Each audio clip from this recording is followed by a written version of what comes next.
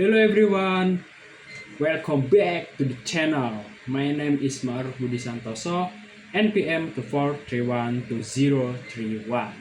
In this video, we are going to talk about brands and bound, especially about upper bounds and lower bounds, and how they help us find optimal solution faster in optimization problems. If you've ever wondered how brands and bond avoids unnecessary work, this video is for you. Let's get started. What is brands and bond? Brands and bond is an algorithm used to solve optimization problems, such as the knapsack problem or the traveling salesman problem. The main goal of branch and bound is to find the optimal solution, not just any solution. It's worked by branching, dividing a big problem into smaller sub-problems, bounding, using limits to decide which sub-problems are worth exploring. And this is where bound become very important. What are bonds? In branch and bond, a bond is an estimate of how good a solution can be. There are two types of bond. Number one, upper bond. The best possible value a solution called a shape.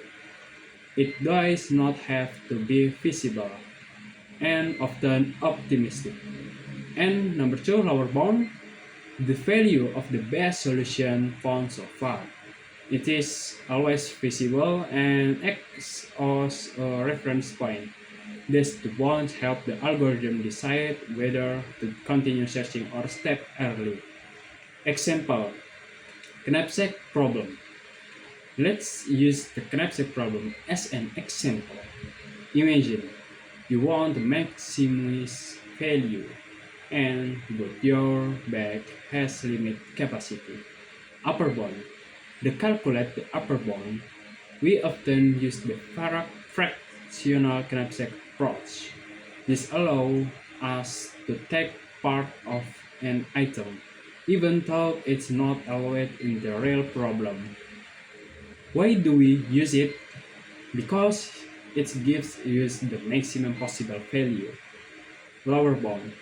The lower bound comes from a valid solution, where we only take wall items. If the upper bound of a branch is less than or equal to the current lower bound, then that branch cannot produce a better solution. So we prune it. How bonds already charged? The pruning process is the key advantage of branch and bound. Instead of checking all possible solutions like brute force, branch and bones say, if this patch cannot be the best solution so far, why continue? As a result, fewer nodes are explored, time complexity is reduced, the algorithm becomes much more efficient. However, this efficiency depends heavily on how good the bonds are. Important note, if the bonds are weak or inaccurate, branch and bond may behave like brute force.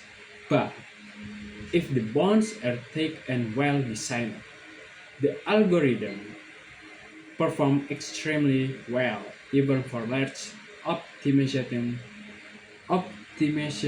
problems. So, conclusion to summarize.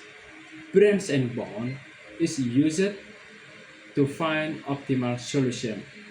Upper bounds estimate the best possible outcome. Lower bounds represent the best valid solution found so far.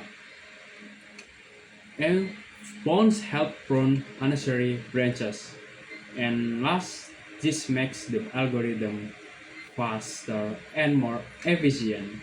Okay, if you found this explanation helpful, don't forget to like this video, subscribe to the channel, and turn on notification for more technology and algorithm content. Thanks for watching and see you in the next video. Thank you all. Bye bye.